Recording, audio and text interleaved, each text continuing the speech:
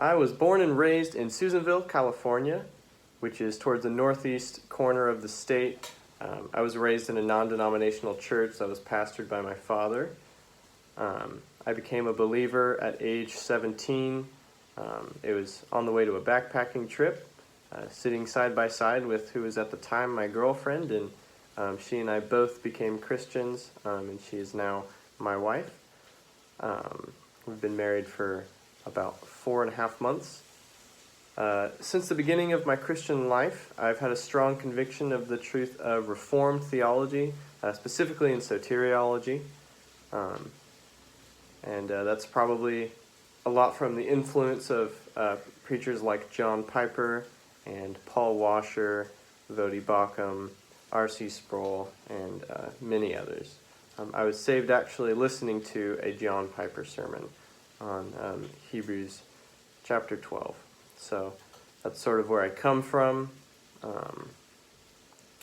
I've spent a lot of time doing public evangelism and preaching on sidewalks, and I've also had the chance to preach on Sunday mornings in church, actually at the home church that I grew up in. I've done that maybe 4 or 5 times. And I also have tended to take on a little bit of an informal and unofficial leadership role in small group Bible studies, along with my good friend Neil, and that's been in various Bible studies that we've been a part of over the past few years. So that's a lot of sort of my experience, and it's also where I come from. As for training, I have a bachelor's degree in Christian ministry as well as a master's of divinity from Grand Canyon University. I got that through they called the Barnabas program. So I got my master's of divinity in 5 years instead of the traditional 7. But I did still take 2 years of Greek and Hebrew. So yeah, that's about it for official formal training.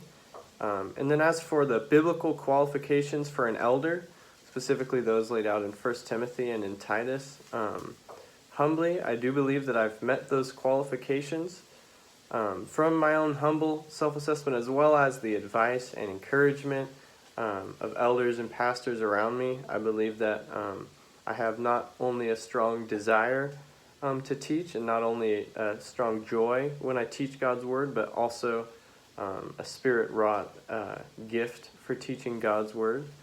And so because of those things, I do feel that in many ways I'm qualified for this role.